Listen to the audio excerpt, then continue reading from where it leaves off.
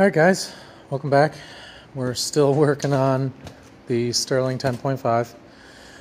I spent hours wire wheeling it down, getting all the heavy rust off, cleaning it up, and I got pretty much all the scale off.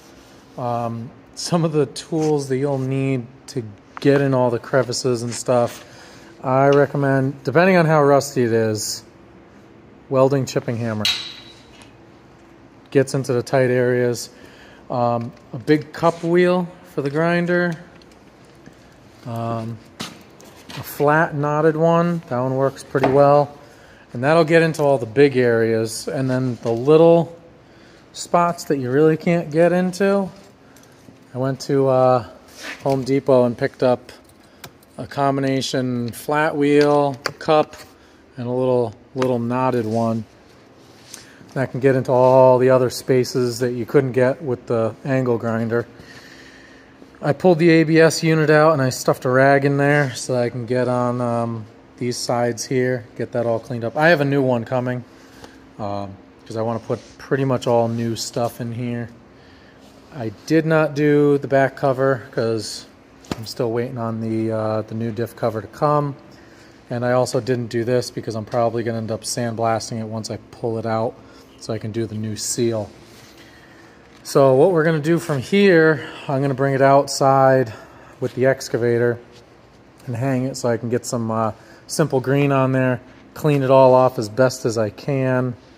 Then I'm going to bring it in, put it in front of the wood stove, let it dry and warm up. And then what we're going to do, we're going to use some phosphoric acid. You can get it at Home Depot, concrete and metal prep. If you wanted to go at it like this, in this condition, you have to use it as is, like right out of the container. Brush it in, wire brush it, all that stuff. It's got directions on it. When you clean it like this, it says 1 part product to 3 parts water. I usually do 1 part product to 2 parts water. At least that's what's worked best for me before. It really helps having it as clean as possible like this, but I'm gonna, like I said, I'm gonna simple green this down and clean it a little bit more, maybe pressure wash it. And what that'll do is that'll munch away at it all, and it'll pretty much turn black when it's done. You wipe down a little bit of the residue. You might have to touch it up a second time, but probably not. And then what we're gonna do is we're gonna use this rusty metal primer. I was thinking about shooting it and putting it on, but I think I'm just going to brush it on. I want to make sure that this is on pretty thick because, you know, it's going to get beat up pretty good being that it's so close to the ground. So we're going to get that going, get this out there, clean that up. And then we're going to move on to the front axle. All these parts should be coming in this week. Or, well, Christmas is right around the corner, so it may not be.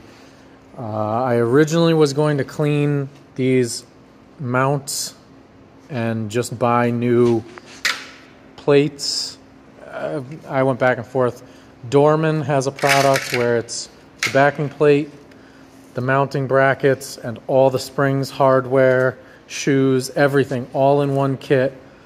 On Amazon, it's like 140 bucks or something like that for the entire kit. Literally just unbolt it, bolt it back on, slam the seal into that, and you're done.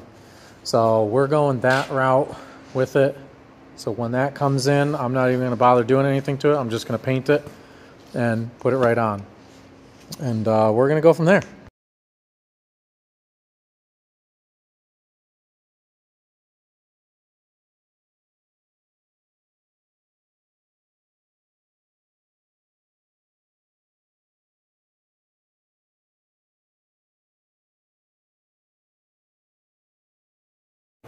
All right, got the axle all cleaned up, sitting in front of the wood stove, trying to warm up a little bit, dry it off.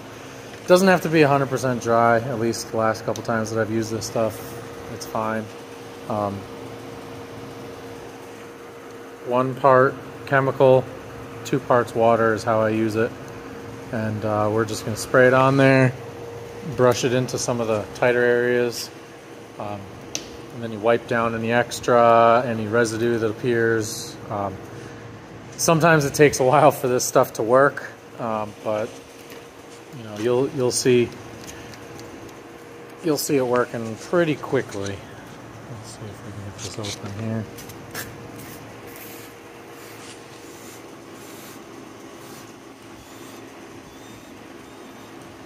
You can see this is already starting to rust, and this has only been out of the water for 10 minutes, maybe. You don't need a lot. You'll probably have to do it 2 times, maybe more.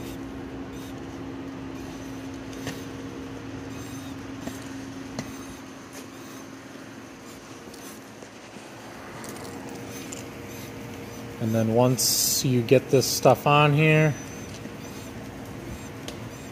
you have to get it painted within 24 hours or something. Don't drink it, it's bad.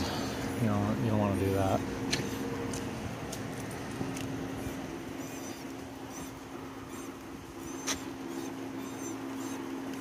And I'm gonna do these ends after I get everything taken care of and sprayed.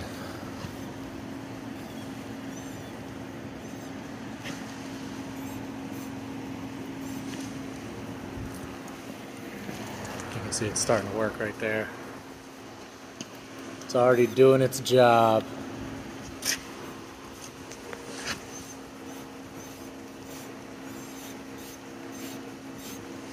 It says you can use this on concrete as well.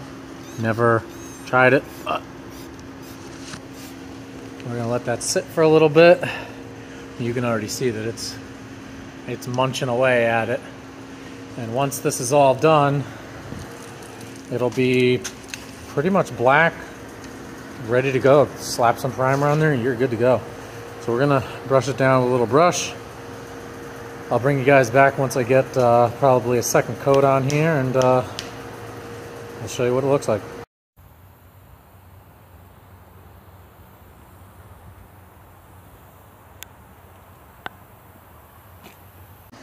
All right, so I sprayed it, let it dry a little bit, sprayed it again, kind of lightly brushed it in there. It was munching down. Brought it outside, rinsed it down, brushed it, rinsed it down again, and now what you do, you can see it's a hell of a lot cleaner than it was before. You got to let it dry, so what I'm going to do is I'm just going to try and soak up some of these puddles and some of this area. I'm going to let it dry, and any like powdery residue that forms, just got to wipe it off. So probably in about, I don't know, half an hour or so, this will be just about 100% dry. I got the wood stove cranking right now, and once you get it dry, we're gonna get it picked up in the air, and I'm gonna lay some primer on it quick.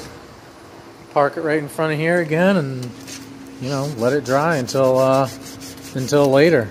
Come back in the morning, and we should be good.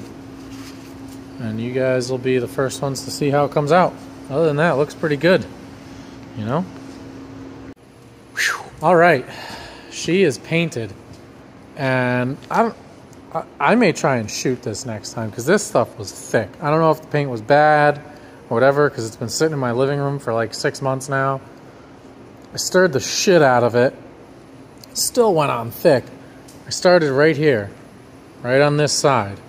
I just finished that. Maybe it took me, I don't know, 20 minutes. Did everything except for the diff. Bottom, top, everything. I went on as thin as possible. Look at this. It's already pretty much dry. You know, oh, we got a dead battery. Didn't even get any on my fingers. I don't want to like scratch it because it's not cured, but it's dry to the touch. So I'm gonna let it cure, obviously, for the next, well, 24 hours, whatever, till the morning. And I'm gonna see what this looks like. I think this is, I don't know. We'll see what happens. But we're gonna clean up a couple more things. We got to do the ends here. We'll do those later, you know, once the rest of the parts come in. But for right now, this is pretty much done until the parts come in. So I will see you guys next time.